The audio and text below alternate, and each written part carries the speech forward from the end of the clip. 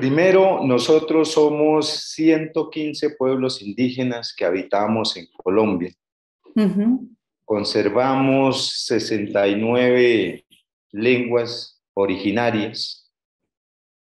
Estamos ubicados en todo el territorio colombiano, pero hay 3 puntos de concentración donde más población indígena organizada hay en estos momentos: el sur del país, departamento del Cauca, del Valle, Huila, Tolima, Caldas; el norte del país, donde está la población guayú, que es la más numerosa en Colombia; el litoral pacífico, que es el Chocó; y el oriente colombiano, que son los llanos orientales, la Orinoquía, la Amazonía.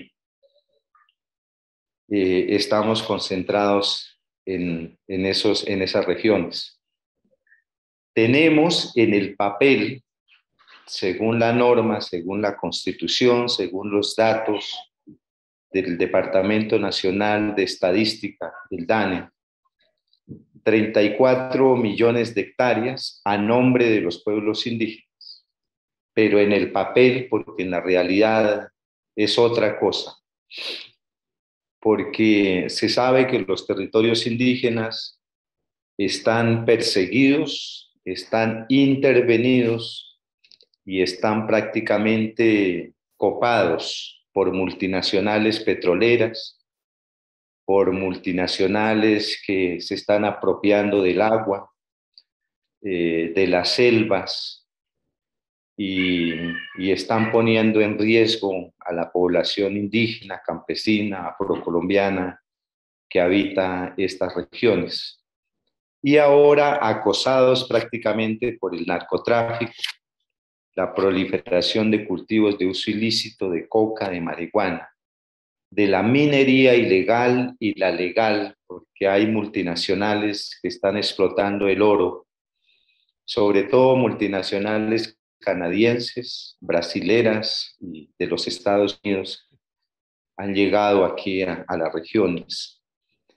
Y prácticamente eso es lo que está poniendo en riesgo el territorio en este momento. Para nosotros, esos son los activos, esas son las causas y esos son los elementos que prácticamente están llevando al exterminio de los pueblos indígenas. No lo decimos solamente nosotros, lo dice la misma Corte Constitucional cuando profirió la sentencia judicial en el año 2009.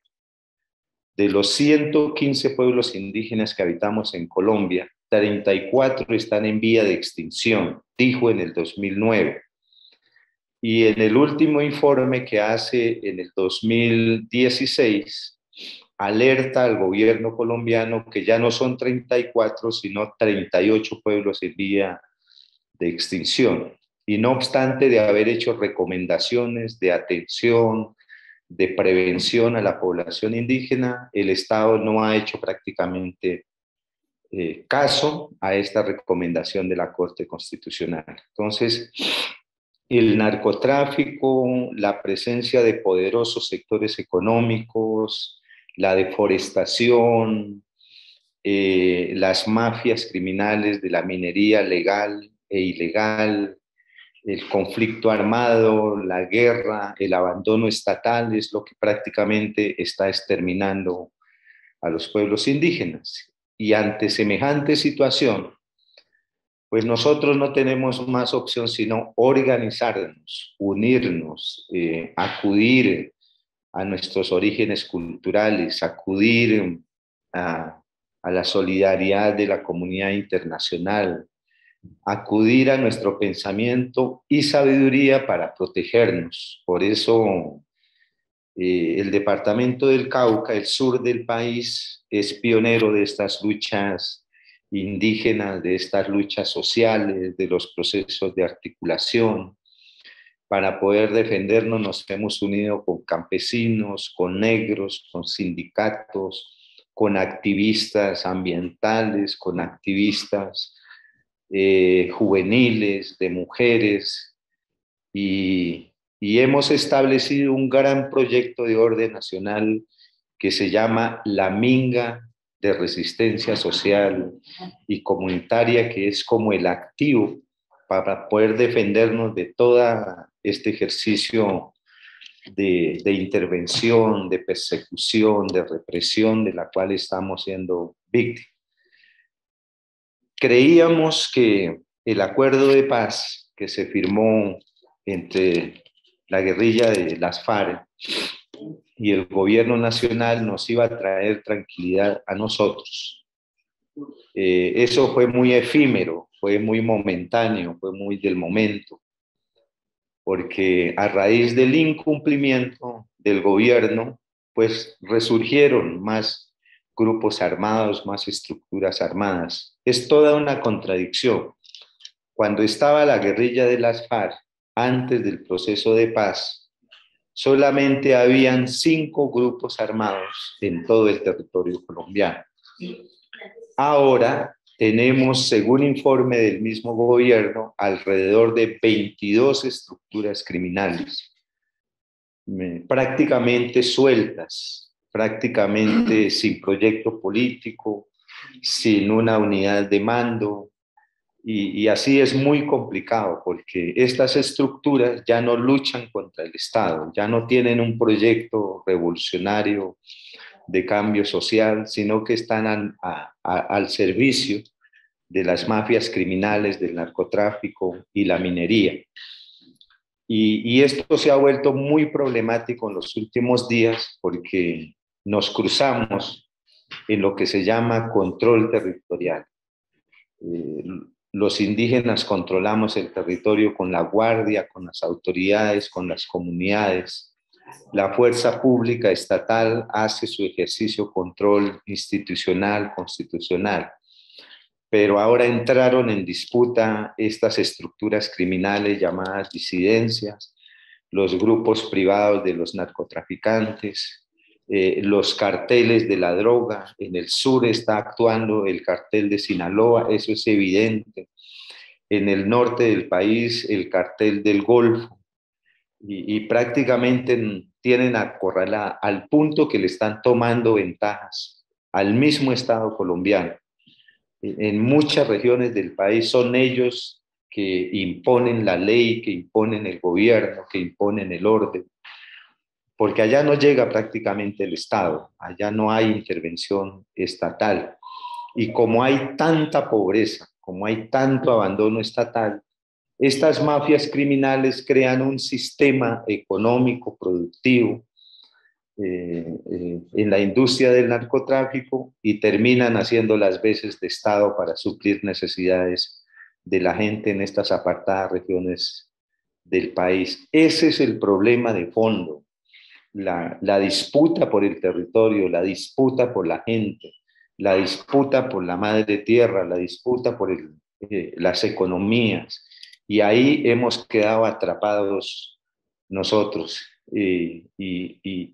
Y hasta los datos que tenemos, hemos sido la población indígena, la negra, la campesina, la que hemos pagado costos altísimos en términos de derechos humanos, de violación del derecho internacional humanitario, de muertos, de masacres, de amenazas, de desplazamiento, de confinamiento, porque estas disidencias aliadas con el narcotráfico prácticamente le ordenan no salir a la población de sus resguardos, de sus veredas, y están prácticamente secuestradas, confinadas en sus propias regiones, al punto que están saliendo como puedan las comunidades indígenas para las ciudades capitales. Bogotá está siendo receptora de población desplazada con mucha número de desplazados. Cali, mejor dicho, las ciudades capitales en este momento tienen una crisis porque es donde está llegando la población desplazada. Y finalmente a esto le aunamos las discrepancias que el gobierno nacional, que este presidente, que esta diplomacia ha tenido con el gobierno venezolano. No se puede mejorar esa relación de gobiernos, de países, y se hace una situación muy difícil. Ahorita mismo la guerra que está librando, se está librando en la frontera entre disidencias, entre fuerza pública, entre fuerza pública venezolana, es toda una crisis humanitaria que está estallando en el territorio colombiano. Bueno, y la migración venezolana hacia Colombia y hacia los países latinoamericanos, que es creciente, muy creciente la migración.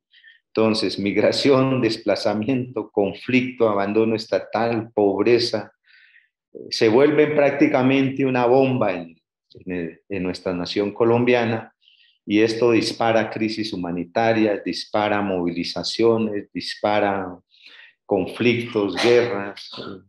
Es toda una locura prácticamente lo que estamos viviendo en Colombia, pero repito, somos los pobres de Colombia quienes llevamos la peor parte en esta situación tan complicada que está viviendo Colombia. Senador, con una crisis humanitaria tan grande y siendo la Minga la voz que está organizando las comunidades, ¿por qué ha sido tan difícil un diálogo con el gobierno de Iván Duque? Eh, es muy difícil porque el gobierno de Iván Duque hace parte de un proyecto político que no es de ahora, que lo encarnó en su momento el expresidente Álvaro Uribe Vélez, que se llama seguridad democrática, que se llama imposición de una lógica de lucha frontal contra el comunismo, como ellos lo plantean, o contra el socialismo, como ellos lo plantean. Y entonces a nosotros, los indígenas, los campesinos, los negros, los luchadores sociales, los sindicatos, este gobierno nos ha ubicado que somos de la extrema izquierda, o somos de la izquierda, que somos comunistas, que somos socialistas, que somos desestabilizadores de la democracia y del Estado colombiano. Esa es la lógica con que nos miran ellos a nosotros. Por eso nos tienen desconfianza, por eso nos atacan, por eso nos estigmatizan y por eso nos mantienen al margen de los ejercicios del gobierno, por un lado. Entonces, nos miran con sospecha, nos miran con preocupación y nos miran con miedo porque nos ubican al otro extremo de su lógica, de, de su lógica partidista y de su lógica de gobierno. Por el otro lado, nos miran con desprecio, por decir así, porque somos de la oposición del gobierno Duque, le hacemos oposición al gobierno Duque. Entonces, Duque nunca entendió que cuando se llega a un gobierno es para gobernar a todos los colombianos, es para gobernar al país, y que la población colombiana está bajo su gobierno. Entonces, gobierna para unos y nos desprecia a otros y nos ataca a otros bajo esa justificación de que somos comunistas, de que somos socialistas.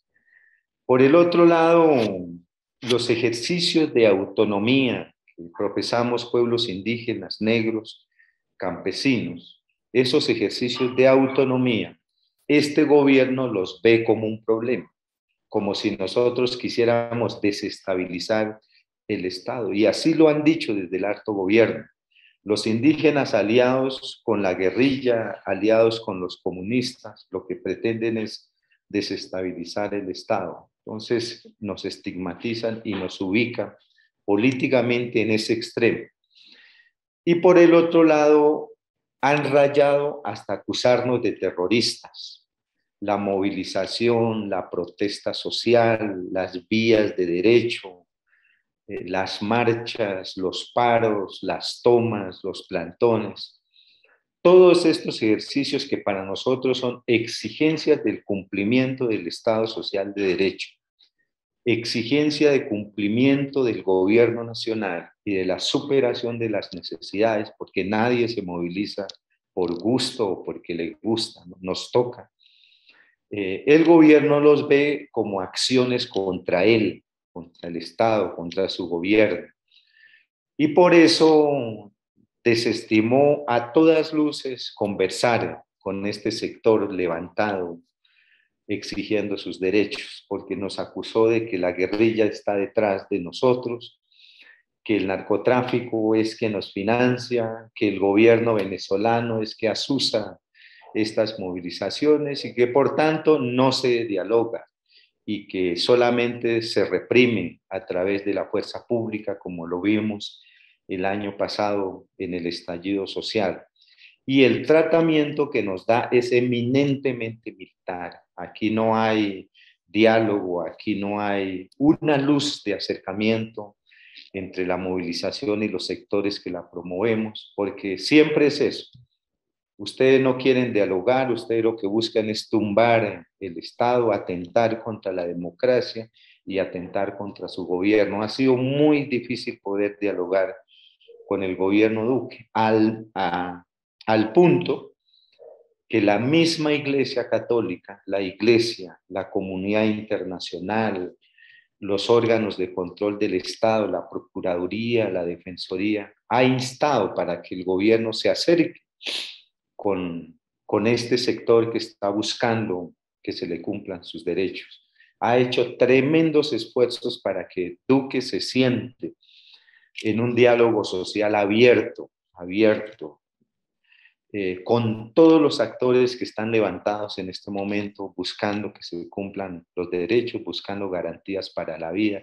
Pero no, es imposible, porque este presidente está en su lógica. Lo que buscan es desestabilizarme, atacar mi gobierno, y como son comunistas, socialistas, terroristas, guerrilleros, entonces hay que darle un trato militar. Pero esa es la lógica, esa es su política de gobierno, no hablar con los que están movilizados y hablar solo con los que no se movilizan y quieren las cosas, como él lo dice, a las buenas. Entonces, así es muy difícil, no se pueden conversar y seguramente se irá este gobierno, terminará su periodo y no vamos a poder conversar. Esa es la situación que vivimos nosotros en Colombia. Tristemente, con un gobierno obsesionado por imponer su ley, por imponer su lógica, por imponer sus principios partidistas y no escuchar a la población colombiana.